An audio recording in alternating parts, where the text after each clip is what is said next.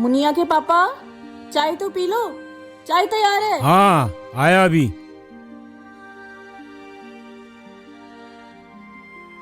लाओ।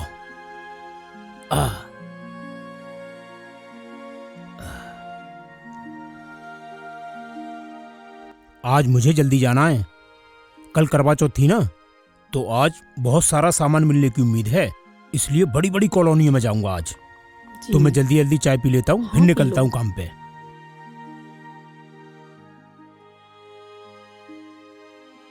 अब मैं चलता हूँ। ठीक है।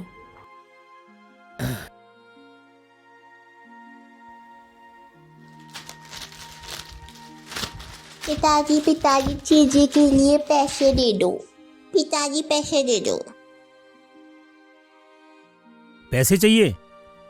अच्छा, अभी देता हूँ। ये लो, दोनों बांट लेना आधे आधे, ठीक है? बच्चों, आ जाओ, तुम भी चाय पी लो। आओ बच्चों, चाय पी लो।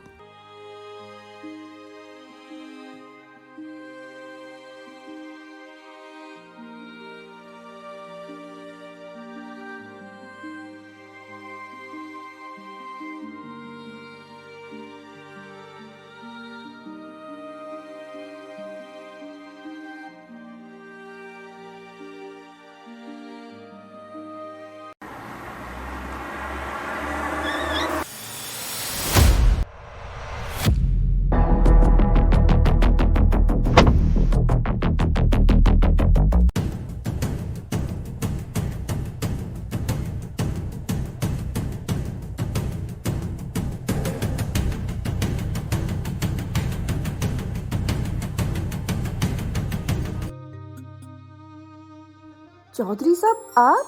हाँ मैं। कहाँ है तुम्हारा पति राकेश? वो तो अभी अभी फेरी के लिए गए हैं। देखो, तुम्हारे पति ने मुझसे 3 साल पहले 2 लाख रुपए लिए थे। मैंने भला इंसान समझ के, मजबूर समझ के उसकी मदद की, लेकिन उसने मेरा ही पैसा रिटर्न नहीं किया। अगर उसने मेरे पैसे मुझे वापस नहीं किए ना, तो मैं तुम लोगों को इस घर से निकाल के बाहर फेंक दूंगा। चौधरी साहब, घर तो पहले ही आपके पास गिरवी रखा है। आप हमें 1 हफ्ते का समय और दे दीजिए। मेरे पति आपका सारा कर्जा चुका देंगे।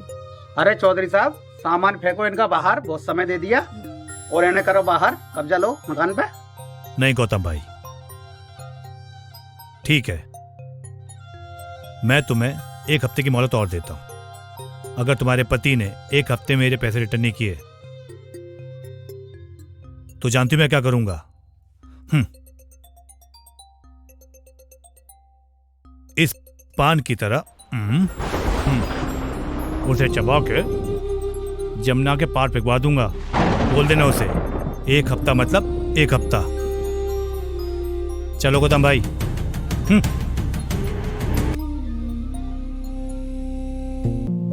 लोहा कबाड़ा बेचो, रद्दी पेपर बेचो, प्लास्टिक बेचो, टूटा फूटा सामान बेचो। कबाड़े वाला कबाड़ा बेचो।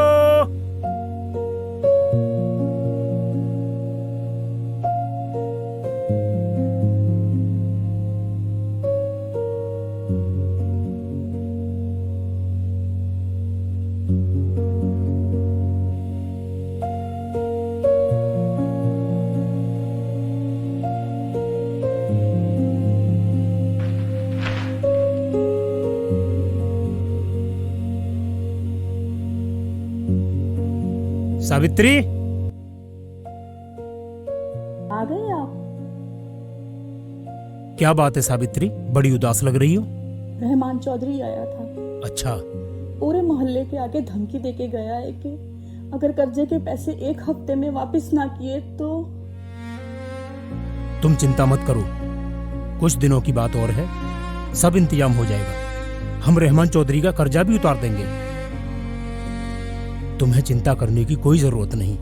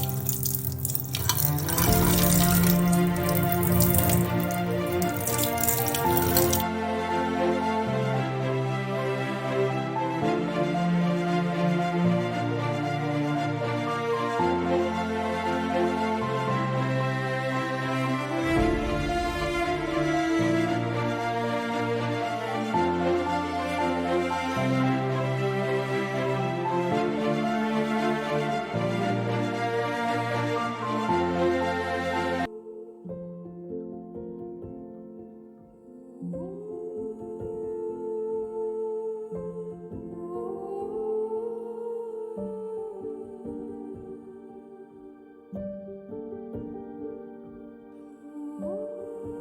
अजीज बुजुर्गों, साथियों और दोस्तों, जैसा कि मैं हर जुमे में तकरीर करता हूँ, पिछले जुमे में भी मैंने तकरीर की थी। मस्जिद का काम चल रहा है। माशाल्लाह से आप लोगों का इतना ताउन है। आप भी अपने यार दोस्तों से तकरीबन सभी लोग साहिब हैसियत हैं। सब लोग कोशिश करें, मेहनत करें तो अल्लाह के घर का काम कैसे नहीं पूरा होगा। अभी 1 लाख रुपया तो हम इसमें लगा चुके हैं। कम से कम 1.5 लाख रुपए का और काम बाकी है। अल्लाह ताला ने साफ साफ फरमा दिया कि तुम इस दुनिया में मेरी राह में 1 रुपया खर्च करोगे तो मैं तुम्हें 70 गुना उसके बदले में अता करूंगा। लेकिन इंसानियत के नाते हम लोगों को बढ़ चढ़कर हिस्सा लेना चाहिए। समझ गए आप लोग मेरी बात को?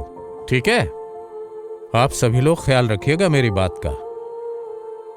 कबाड़ा बेचो, कबाड़े वाला कबाड़ा बेचो, लोहा प्लास्टिक बेचो, रद्दी पेपर बेचो, टूटा फूटा सामान बेचो, कबाड़े वाला।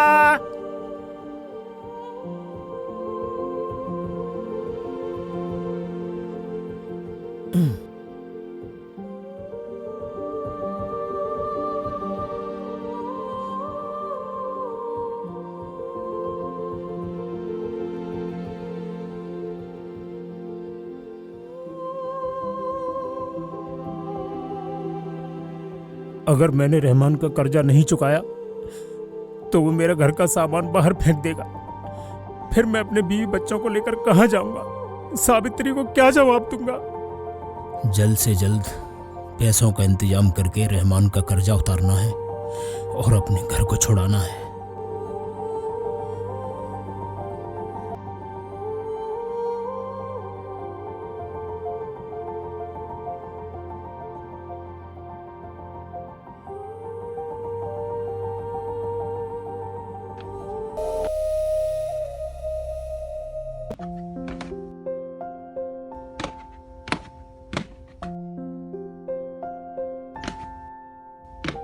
जी जी जी, आपका काम हो जाएगा। हाँ, पक्का पक्का जी। मैं आपसे बाद में बात करता हूँ। अस्सलाम वालेकुम। वालेकुम अस्सलाम बेटा। आपने मुझे बुलाया? हाँ, तुम्हारे पास कुछ वक्त हो मेरे पास बैठो, मुझे कुछ बात जी। करनी है। जी अबू, कहिए। रहमान, हमने सुना है कि तुमने किसी कबाड़ी वाले को रुपया ब्याज पर दिया और जब वो पैसा वापस नहीं चुका सका तो तुमने उसके घर पे कब्जा कर लिया। अबू जी कैसी बातें कर रहे हैं? मैंने किसी घर कब्जा नहीं किया, बल्कि वो खुद अपना घर मुझे गिरवी रख के गया है। बेटा, तुम उम्रा करने जा रहे हो और हमारे यहाँ ब्याज लेना देना दोनों हराम है। अल्लाह क्या कबूल करेगा तुम्हारा उम्रा? किसी की मजबूरी का फायदा उठाना उससे भी ज्यादा बुरी बात है। अब्बू ये क्या बकवास कर रहे हैं आप? उम्रा का इससे क्या लेना देना? हाँ अब्बू, अपनी बकवास बंद कीजिए और खामोश बैठिए आप। अब्बू अब्बू अब्बू, क्या हुआ आपको? अब्बू अब्बू अब्बू अब्बू, संभालिए अपने आप को। अब्बू अब्बू अब्बू अब्बू।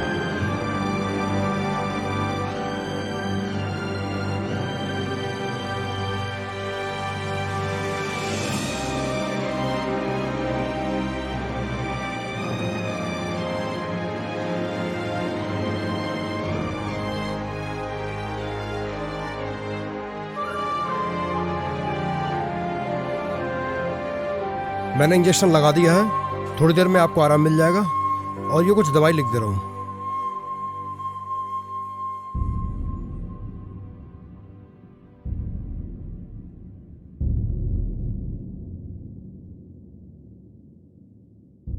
रहमान भाई, ये मैंने कुछ दवाई लिख दी है और कुछ रूटीन टेस्ट लिख दिए हैं और कर इनको हॉस्पिटल में एडमिट करा दीजिएगा। लेकिन डॉक्टर साहब, मुझे तो हज के लिए जाना है। हज पे? आप अभी कहीं नहीं जा सकते हैं। इनकी तबीयत बहुत ज्यादा नाजुक चल रही है और इनको सख्त जरूरत है आपकी। आप इनको छोड़ के कहीं मत जाइएगा।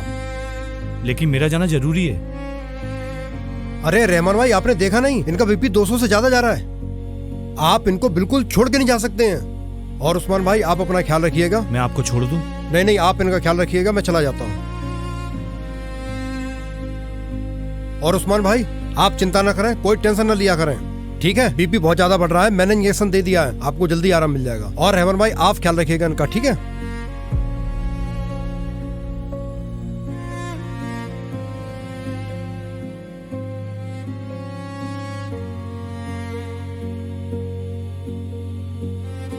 आप ठीक हो जाएंगे, आप आराम कीजिए।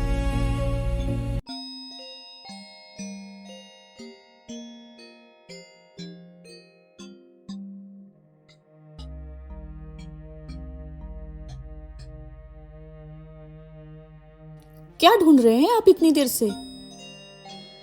अरे कुछ नहीं, वो पैसे देख रहा था। कहाँ? कपड़ों के नीचे तो रखे हैं, ध्यान से देखिए। अच्छा अच्छा।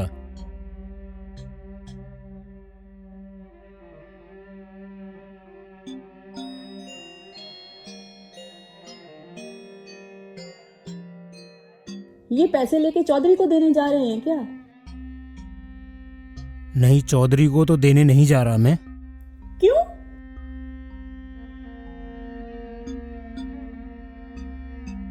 सावित्री, मैं तुमसे कुछ कहना चाहता हूँ।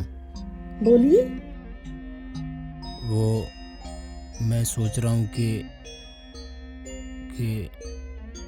बोलिए ना, हिचकिचा क्यों रहे हैं?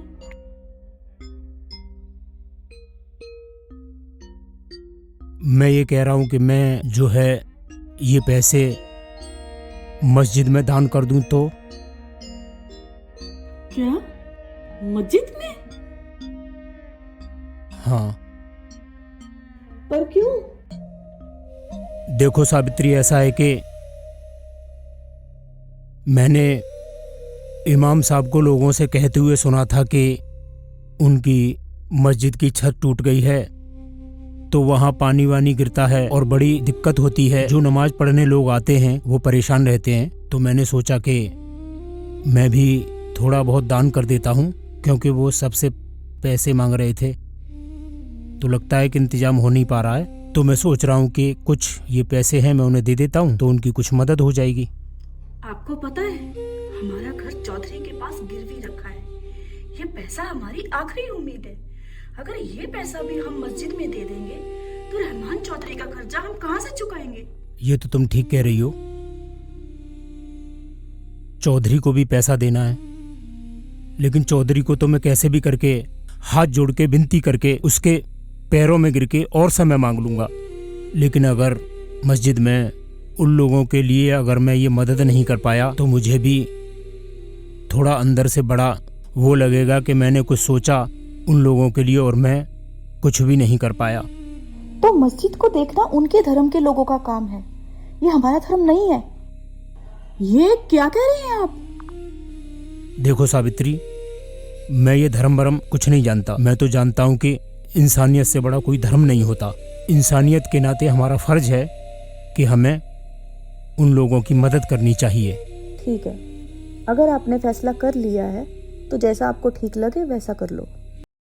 माशाल्लाह काफी हद तक मस्जिद के चंदे का इंतजाम हो गया है। कुछ 1-1.5 लाख रुपए का और इंतजाम हो जाए तो फिर इंशाल्लाह सब ठीक हो जाएगा। हाँ तो जमील भाई, आपका क्या हुआ? मैंने इमाम साहब अपने मार्केट के लोगों से बोल दिया है, जितना ज़्यादा से ज़्यादा ताउन होगा इंशाल्लाह वो बहुत जल्दी करेंगे। ठीक। और सलीम साहब, आपका क्या हुआ? इमाम साहब, मैंने सभी लोगों से मुलाकात की है और बोल दिया है मस्जिद के लिए ताउन ज़रूर मिलेगा। इंशाअल्लाह काम ठीक ही बन जाएगा।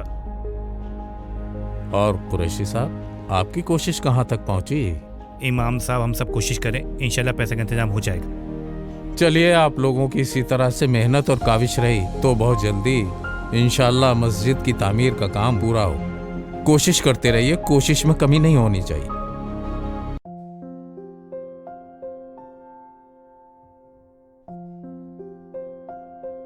हाँ भाई, कहाँ जा रहे हो?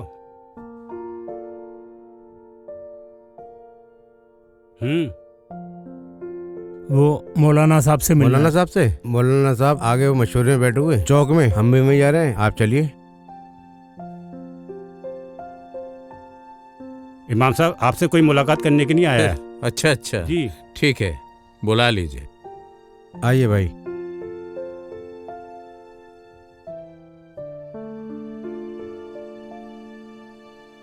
नमस्ते। वालेकुम सलाम, बैठिए। जी कहिए, मुझसे क्या काम है? जी इमाम साहब, मेरा नाम राकेश है और मैं मस्जिद के पीछे वाली गली में रहता हूँ। कबाड़े का छोटा मोटा धंधा करता हूँ। मैं कभी कभी मस्जिद के पास से गुजरता था तो वहाँ से कभी कभी मैं थक जाता था तो पानी वानी पी लेता था। तो एक बार मैंने आपको बोलते हुए सुना था मस्जिद के बारे में, तो मैं ये कुछ मस्जिद के लिए दान देना चाहता हूँ। जी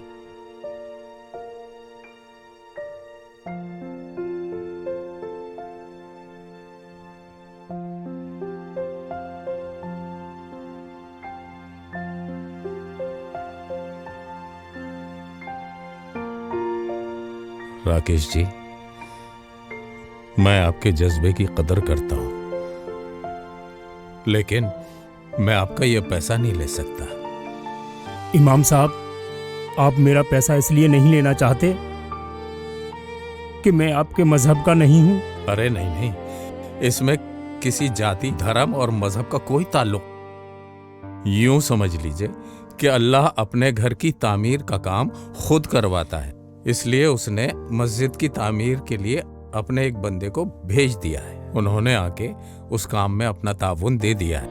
इमाम साहब, मैंने तो आपके मुंह से ही सुना था कि अगर कोई उसके लिए 1 रुपया देता है तो वो उसका 70 गुना करके देता है। तो इसलिए मैं भी थोड़ा सा पुण्य कमाना चाहता, इसलिए मैं आपके पास आया था। मुझे निराश मत कीजिए। नहीं, इसमें निराश होने की कोई बात नहीं। यूं समझ लीजिए कि अल्लाह पाक ने आपके इस जज्बे को कबूल कर लिया।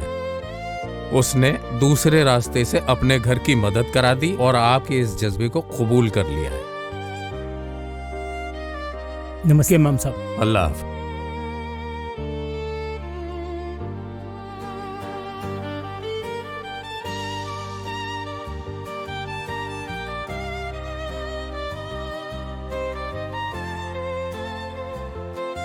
राकेश भाई,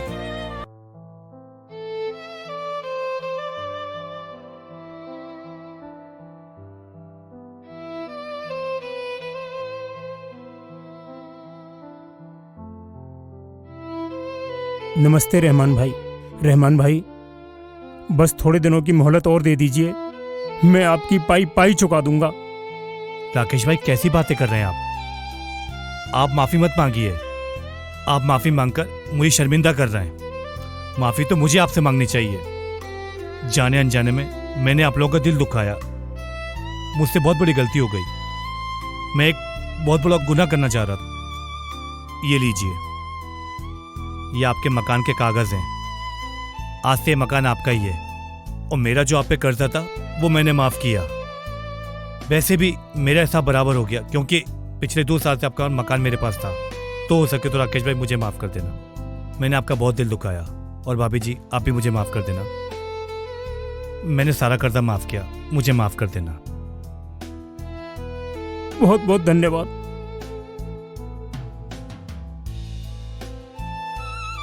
देखा, मैं नहीं कहता था, ऊपर वाला सब देखता है। हम अगर किसी की थोड़ी सी मदद करते हैं तो ऊपर वाला हमें 100 गुना देता है। आज देखो, हमारा कर्जा भी माफ हो गया और हमारे घर के कागज भी मिल गए।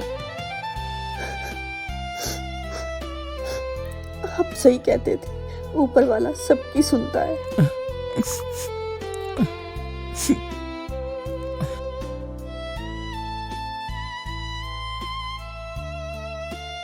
अब्बू। हाँ बेटा। अब्बू, आपने सही कहा था, इस दुनिया में इंसान इससे बड़ा धर्म कोई नहीं है। मुझे अपने गुनाहों का एहसास हो गया। मैंने उस कबाड़े वाले के घर के कागज उसे वापस कर दिए और सारा कर्जा माफ कर दिया। अब तो आप मुझे माफ कर दीजिए। मेरे बच्चे, तूने हज का सवाब तो वैसे कमा लिया बेटा। अल्लाह तेरी हर दुआ कबूल करे। तेरा हज अब वाजिब है मेरा बच्चा। शुक्रिया अब्बू। मानवता से बड़ा कोई धर्म नहीं, दया ही सच्चा कर्म है। इंसान बनो, इंसानियत जगाओ और दुनिया को बेहतर बनाओ। एक दूसरे के काम आना ही इंसानियत की असली पहचान है।